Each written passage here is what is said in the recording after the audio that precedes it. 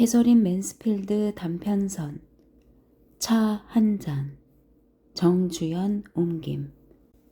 로즈메리 펠은 꼭 집어서 말하자면 아름답지는 않았다. 그렇지, 아름답다고 할 수는 없었다. 예쁜가? 하나하나 뜯어보면. 하지만 사람을 하나하나 뜯어보는 것은 너무 잔인한 짓 아닌가. 그녀는 젊고 똑똑하고 극도로 현대적이고 옷을 우아하게 잘 입고 새로 나온 책에 대해서는 모르는 것이 없었다. 그리고 그녀가 함께 어울리는 사람들은 참으로 중요한 인물들과 예술가들이 있었다. 괴짜들이자 그녀가 새로이 알게 된 사람들로, 그 중에는 차마 말로 할 수 없을 만큼 끔찍한 이들도 있었지만 나머지는 다들 아주 번듯하고 유쾌했다.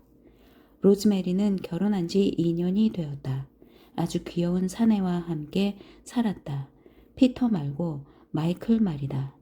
남편 피터는 로즈메리를 굉장히 사랑했다. 그들은 부자, 정말 부자였다.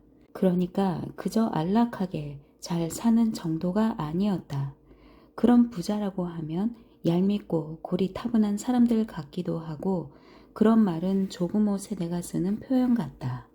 로즈메리는 쇼핑을 하고 싶을 때면 남들이 본드가에 가듯 그냥 바로 파리로 간다.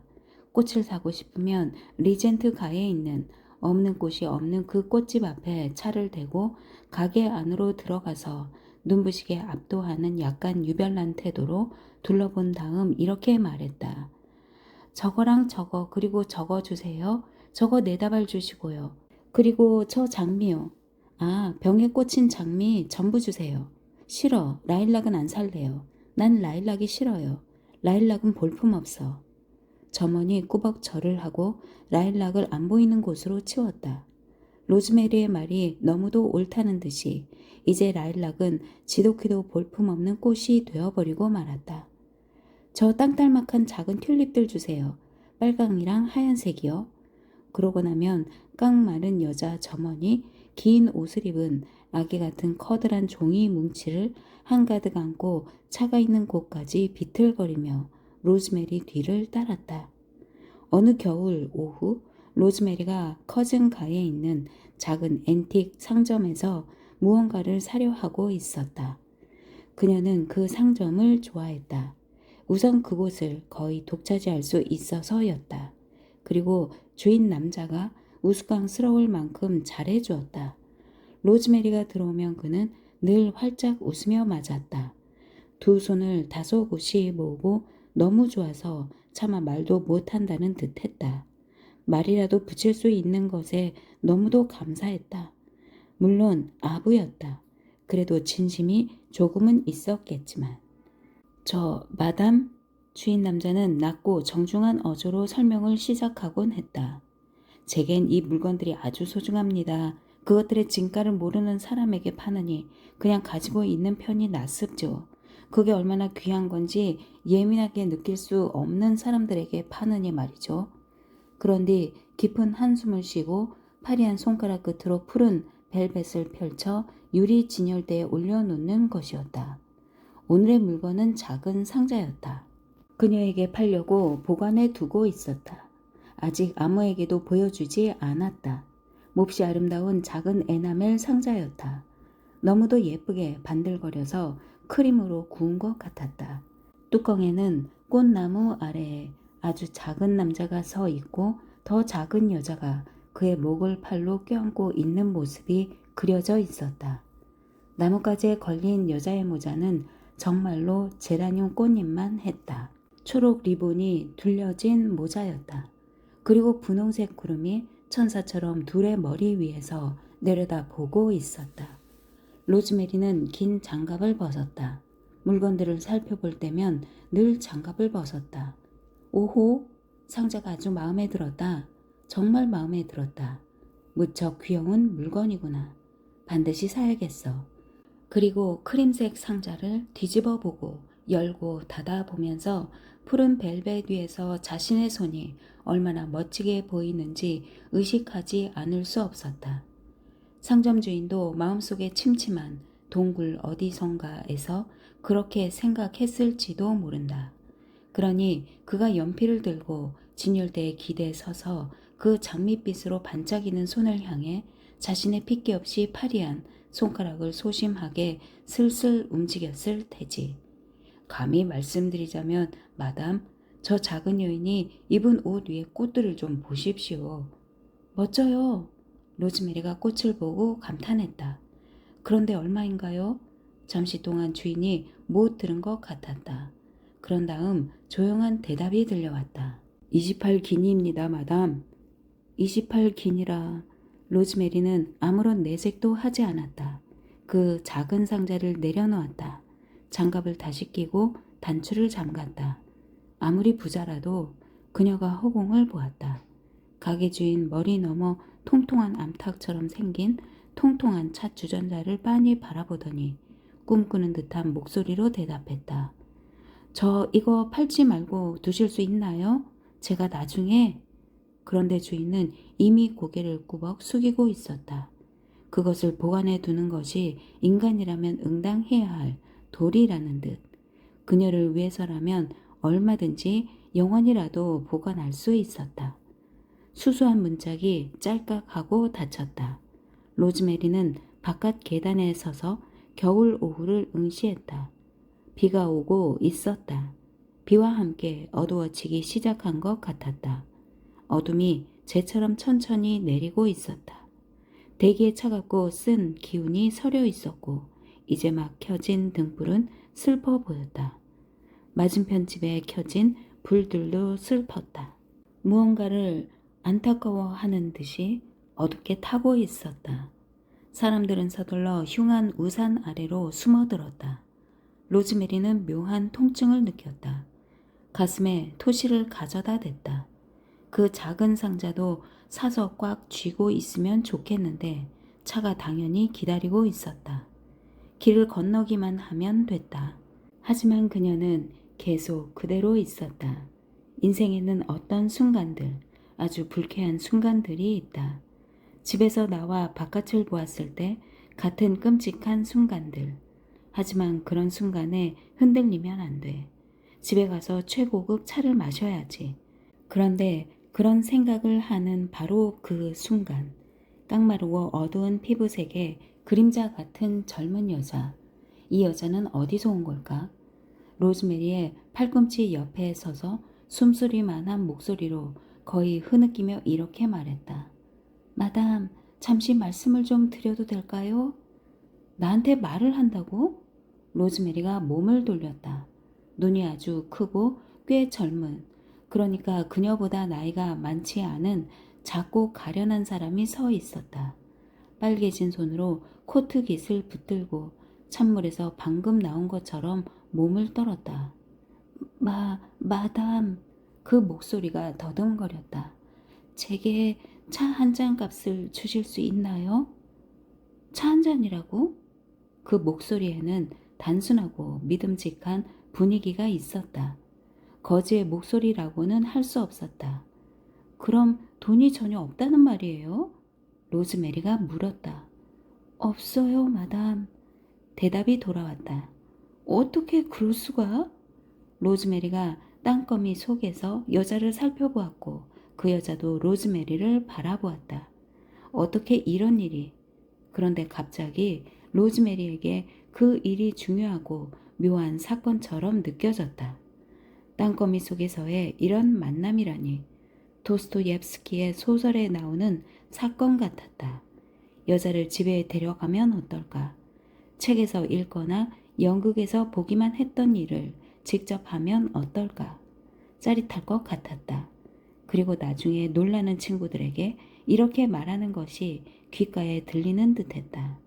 정말 내가 그냥 집에 데리고 간 거야.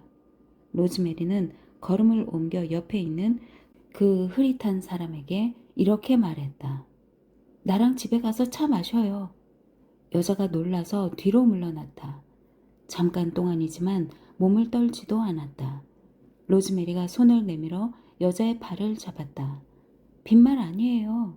로즈메리가 미소를 지으며 말했다. 그리고 자신의 미소가 아주 단순하고 상냥했다고 생각했다. 뭘 망설여요. 가요. 내 차로 우리 집에 가서 차 마셔요. 저 그냥 하시는 말씀이죠, 마담.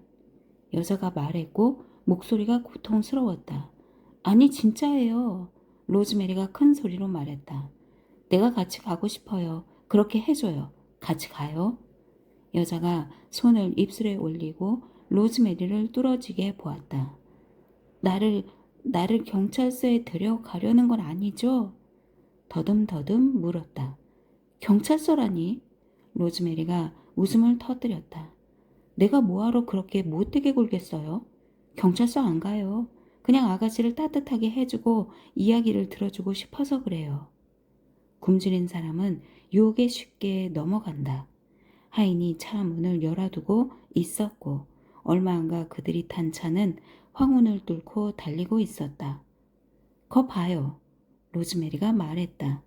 벨벳띠에 손을 밀어넣을 때 승리의 쾌감을 느꼈다. 그물에 걸린 작은 포로를 바라보며 하마터면 이렇게 말할 뻔했다. 거봐, 내가 널 잡았지? 하지만 물론 정말로 잘해주고 싶었다. 아니, 그냥 잘해주는 것 이상으로 주고 싶었다. 이 여자에게 인생에서 멋진 일이 일어날 수 있다는 것을, 소원을 들어주는 요정이 실제로 있다는 것을, 부자들에게도 마음이 있다는 것을, 여성들은 모두 자매라는 것을 분명히 보여주고 싶었다. 로즈메리가 느닷없이 몸을 돌려 말했다. 겁내지 마세요. 나랑 같이 다시 돌아오면 되잖아요. 우린 둘 다 여자이기도 하고요. 나는 나중에 더 기쁠 것 같아요, 아가씨가. 그러나 그 순간에 그녀는 그 말이 어떻게 끝날지 알지 못했으니 마냥 뿌듯했다. 그때 차가 멈추었다. 벨이 울리자 문이 열렸고 로즈메리가 멋지게 거의 껴안듯이 잘 보호하면서 여자를 복도로 안내했다. 따스함, 포근함, 밝음, 달콤한 향기. 이 모든 것이 로즈메리에게는 너무도 익숙해서 달리 생각조차 해본 적이 없었다. 이제 여자가 그것들을 받아들이는 모습을 보았다. 황홀한 느낌이었다. 마치 놀이방 벽장을 다 열어 젖히고 상자란 상자는 다 열어놓은 부잣집 어린이가 된 것 같았다. 이쪽으로 와요, 위층으로. 로즈메리는 얼른 대접을 시작하고 싶어서 조바심이 났다. 내 방으로 올라가요. 그리고 이 불쌍한 여인이 하인들의 눈총을 받지 않게 해주고 싶었다. 그래서 벨을 눌러 진을 부르지 않고 계단을 올라가 직접 옷가지를 벗어야겠다고 생각했다. 좋은 일은 자연스러워하는 법이니까. 그런 다음 아름답고 넓은 침실에 도착하자 괜찮죠? 라고 로즈메리가 다시 큰 소리로 말했다. 방에는 커튼이 드리워져 있고 훌륭한 칠기 가구에 넘실대는 불이 비치고 있었으며 금색 쿠션과 연노랑과 푸른색이 섞인 러그가 있었다. 여자는 문 바로 안쪽에 서 있었다. 멍해 보였다. 하지만 로즈메리는 아랑곳하지 않았다. 와서 앉아요. 라고 여자를 부른 후 큰 의자를 불가로 끌어당겼다. 여기 편안한 의자로 와요. 와서 불 쬐어요. 무척 추워 보여요. 여기 앉기는 좀... 여자가 말하며 뒤로 물러났다. 아, 그러지 말고... 라고 말하며 로즈메리가 성큼 다가갔다. 두려워할 거 없어요. 전혀요. 내가 물건들을 좀 내려놓을 동안 앉아있다가 같이 옆방에 가서 차 마시면서 쉬어요. 뭐가 걱정이에요? 그런 뒤 깡마른 사람을 그 깊은 요람에 부드럽게 반쯤 밀어서 앉혔다. 하지만 반응이 없었다. 여자는 밀려 앉혀진 그대로 팔을 늘어뜨린 채 입을 살짝 벌리고 있었다. 아주 솔직히 말하자면 약간 멍청해 보였다. 하지만 로즈메리는 그렇게 생각하지 않으려 했다. 여자 쪽으로 몸을 기울이고 말했다. 모자 벗지 않을래요? 예쁜 모자가 다 젖어버렸네. 그리고 모자를 벗는 게 훨씬 더 편하잖아요. 아주 작은 대답이 들리는 것 같았다. 좋아요, 마담. 그래서 구겨진 모자를 벗겼다. 또 코트 벗는 것도 도와줄게요. 로즈메리가 말했다. 여자가 일어섰다. 하지만 한 손으로 의자를 잡은 채 서서 로즈메리가 코트를 벗기게 내버려 두었다. 아주 힘든 일이었다. 상대가 거의 도와주지 않았다. 아이처럼 흐느적 거리기만 하는 것 같아서 로즈메리에게 이런 생각이 스쳐갔다. 사람이 도움이 필요하면 약간, 아주 약간이라도 호응을 해주어야지. 안 그러면 정말 너무 힘들잖아. 이제 이 코트를 어쩐담? 그녀가 바닥에 코트를 내려놓고 모자도 함께 놓았다. 벽난로에서 담배를 꺼내려고 하는데 여자가 재빨리, 하지만 아주 조용하고 묘하게 말했다. 너무 죄송하지만 마담, 제가 기절할 것 같아요. 뭐라도 먹지 않으면 쓰러질 거예요, 마담. 이런, 내가 미처 생각을 못했네. 로즈메리가 벨로 달려갔다. 차 갖다 줘, 곧바로. 그리고 브랜디도 얼른. 하녀에게 두 가지를 시켰더니 여자는 거의 울부짖었다. 아니요, 전 브랜디는 마시고 싶지 않아요. 브랜디는 전혀 안 마셔요. 전 그저 차 한 잔이면 돼요, 마담. 그런 뒤 눈물을 터뜨렸다. 끔찍하고도 황홀한 순간이었다. 로즈메리는 의자 옆에 무릎을 꿇고 앉았다. 울지 마세요. 아우 딱해라. 로즈메리가 말했다. 울지 마. 그런 뒤 여자에게 자신의 레이스 손수건을 내주었다. 로즈메리는 말로 다 못할 만큼 감격했다. 새처럼 여인 그 어깨를 팔로 감싸 안아주었다. 이제 비로소 여자가 수줍음을 잊었다. 둘 다 여자라는 사실만 빼고 다른 것은 모두 잊은 채 숨을 몰아쉬며 말했다. 저는 더 이상 이렇게 버틸 수 없어요.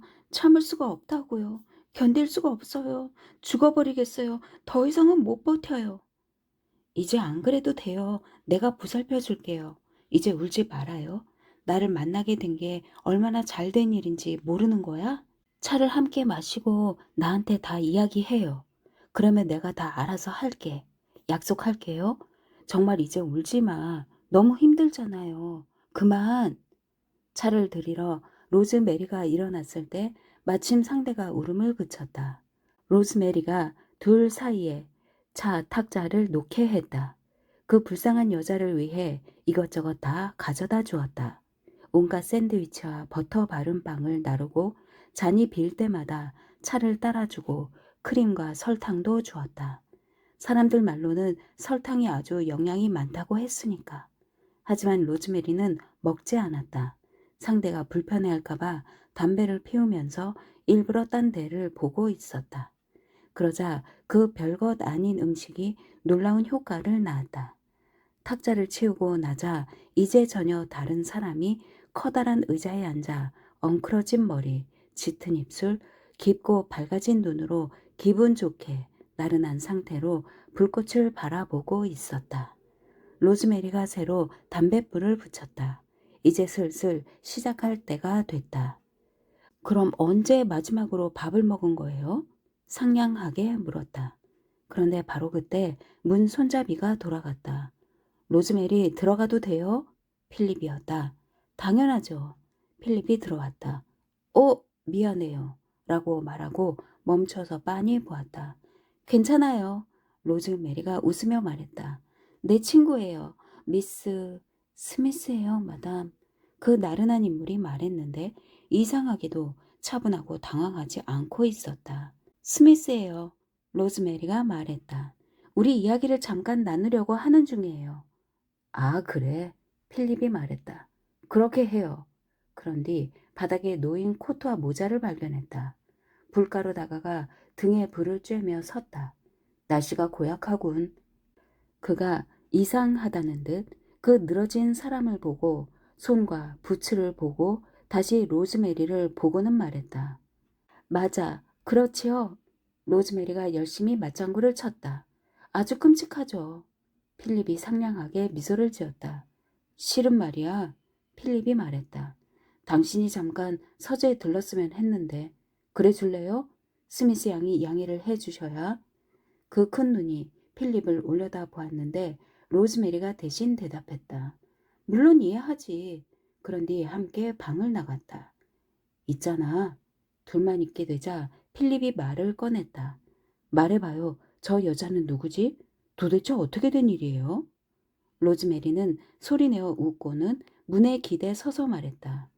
내가 커즌가에서 데려왔어요. 정말이야. 우연히 만난 여자야. 나한테 차 한 잔 값을 달라고 부탁하기에 집에 데려온 거예요. 그런데 도대체 저 여자랑 뭘 할 거예요? 필립이 소리쳤다. 그 여자한테 잘 대해줘야죠. 로즈메리가 재빨리 말했다.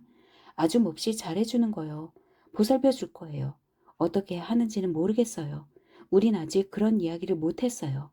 하지만 대접을 해주고 느낄 수 있도록 여보, 필립이 말했다. 당신 머리가 어떻게 된 거요? 그건 절대 안 되는 일이에요. 당신이 그렇게 말할 줄 알았어요. 로즈메리가 되받아쳤다. 왜 안 돼요? 난 그러고 싶은데.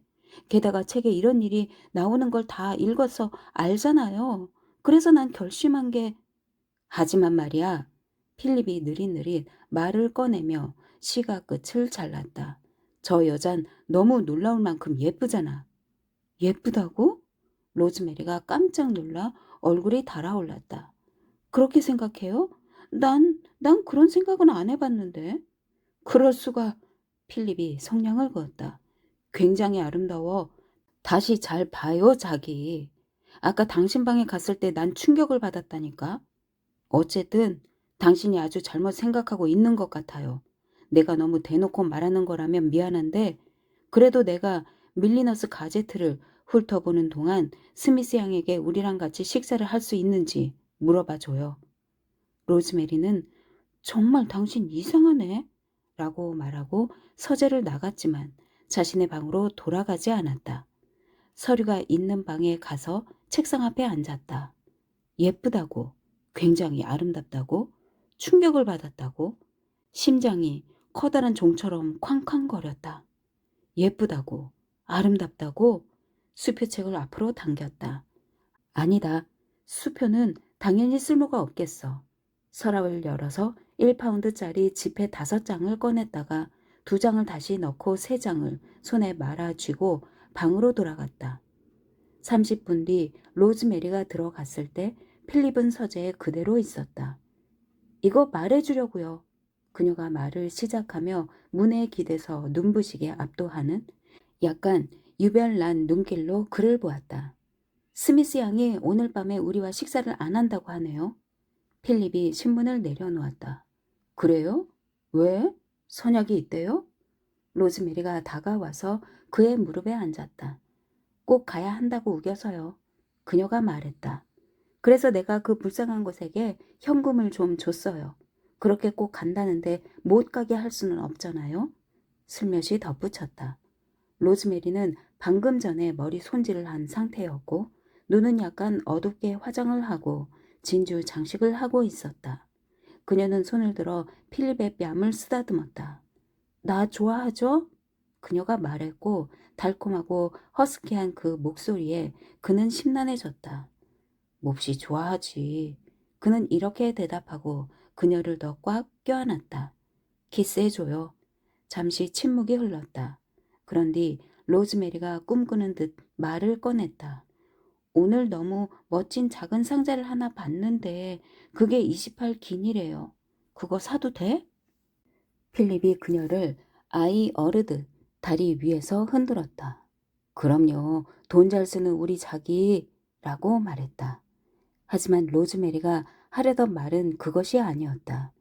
필립, 그녀가 속삭이며 그의 머리를 가슴에 안았다. 나 예쁘죠?